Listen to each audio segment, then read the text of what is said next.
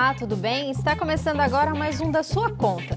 No programa de hoje nós vamos falar sobre a repercussão do boato sobre o fim do Bolsa Família, que gerou muito tumulto e confusão em vários estados do país. Vamos falar também sobre a geração de empregos formais no Brasil nos últimos 2 anos. E no segundo bloco você vai ver que o uso do cheque caiu mais de 30% em 5 anos. Tudo isso no Da Sua Conta de hoje, que está começando agora.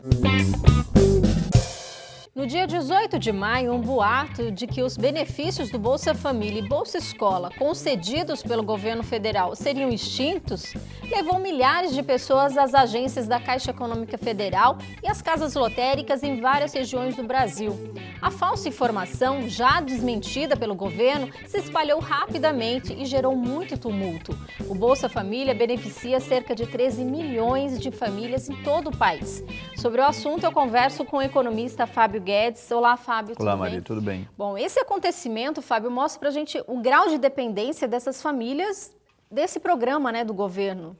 Maria, na verdade o programa Bolsa Família é o maior programa do mundo de transferência de renda para famílias, pobres, e isso representa, um resgate histórico, dessas famílias que muitas delas jamais seriam incorporadas ao mercado de trabalho pelas condições socioeconômicas precárias que promoveram essas famílias a um nível de analfabetismo e de pobreza e de miserabilidade incapazes de fazer com que esse ser humano e essas pessoas elas pudessem estarem aptas para o mercado de trabalho.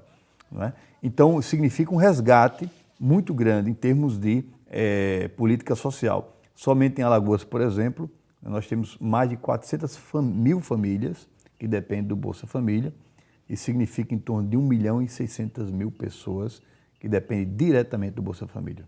Quer dizer, é um programa, que ele veio justamente para tirar essas pessoas da extrema pobreza e, segundo a presidenta Dilma, não vai acabar enquanto existir, brasileiros nessa situação. Veja só, Maria, é um programa realmente muito eficiente em termos de quê? É lógico que tem um problema aqui, outro ali, um recebe um Bolsa Família e já não podiam estar mais recebendo, tá certo? Mas um programa eficiente por quê? Porque boa parte dessa geração, que de certa maneira não tem mais como você recuperar ela em termos educacionais, você não tem como recuperar ela em termos de qualificação profissional, você dando condições mínimas para que essas pessoas possam sobreviver, elas estão, em contrapartida, mantendo seus filhos na escola e com a caderneta de vacinação em dia. Então, o Bolsa Família, além de dar dignidade para essas mães, esses pais, eles tentam recuperar, sobretudo, os filhos dessas famílias, para que esses filhos possam ter um destino completamente diferente do que tiveram seus pais. Bom, vendo por esse lado, Fábio, a gente pode dizer então que o resultado desse investimento todo, desse programa, a gente pode colher lá na frente, então, quando essas crianças já vão estar numa fase adulta, já vão estar podendo aí trilhar um novo caminho? É lógico, veja só, a geração dos pais dessas crianças não tiveram nem acesso à escola. Viveram sempre em atividades de subsistência ou trabalho informal com relações de trabalho muito precárias. Então, significa dizer que essas crianças elas podem ter uma sorte muito melhor. E no caso, por exemplo, do Nordeste, onde o índice de pobreza é muito alto, por isso que o programa tem um impacto fantástico. Além disso, o programa no Brasil inteiro, ele tem uma abrangência de mais ou menos 13 milhões de famílias. E custa somente ao governo, à União, ou seja, ao país inteiro, 24, 25 bilhões de reais por ano. Para vocês terem uma ideia, só de dívida pública que o governo paga, federal, anualmente, é na faixa de em torno de 150, 160 bilhões de reais. Ou seja, você atinge muito mais gente, recupera essas famílias em situação de pobreza do que o que você paga de juros para o mercado financeiro de uma dívida pública estratosférica. A presidenta Dilma Rousseff disse no último dia 20 de maio que o Brasil criou mais de 4 milhões de empregos formais desde janeiro de 2011. Segundo ela, somente em abril foram criados quase 200 mil novos postos de trabalho. O setor de serviços seria o responsável pela geração de quase metade desse montante. Bom, se essa informação está realmente correta, Fábio? A gente pode dizer que o Brasil vive hoje uma era de pleno emprego? A gente pode afirmar isso? Bem diferente, Maria, do que acontece, por exemplo, no caso europeu. Ou seja, o que significa pleno emprego? É quando, não é, o sistema econômico ele está com todos os seus fatores de produção, ou seja, aqueles insumos necessários a produzir bens e serviços, principalmente capital e trabalho, estão empregados a todo vapor. Não é? Então significa que em alguns setores da economia brasileira está faltando realmente mão de obra.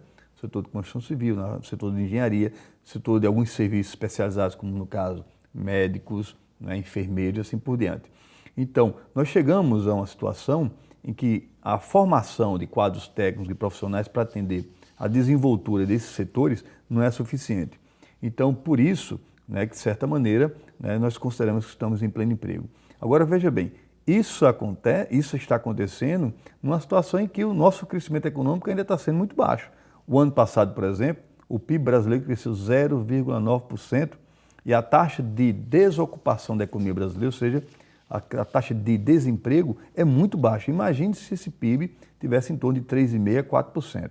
Não é? E o ano passado, o setor que mais cresceu foi o setor de serviços, cresceu 1,7%, enquanto que o setor industrial caiu 1% e o setor agropecuário caiu 2,3%. Se esses três setores estão crescendo juntos, né, e temos uma taxa de crescimento do PIB alta, certamente um dos grandes problemas da economia brasileira seria mão de obra qualificada e mão de obra profissionalizada.